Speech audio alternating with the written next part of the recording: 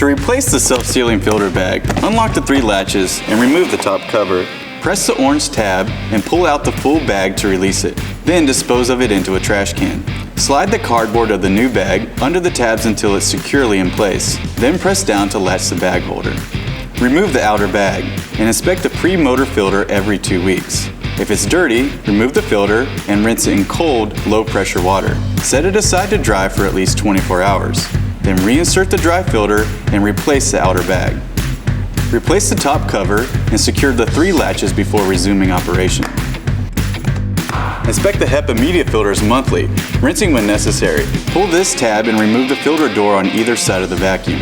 Then pull out the HEPA media filter. Rinse it in cold water, making sure to only rinse the side that faces the vacuum.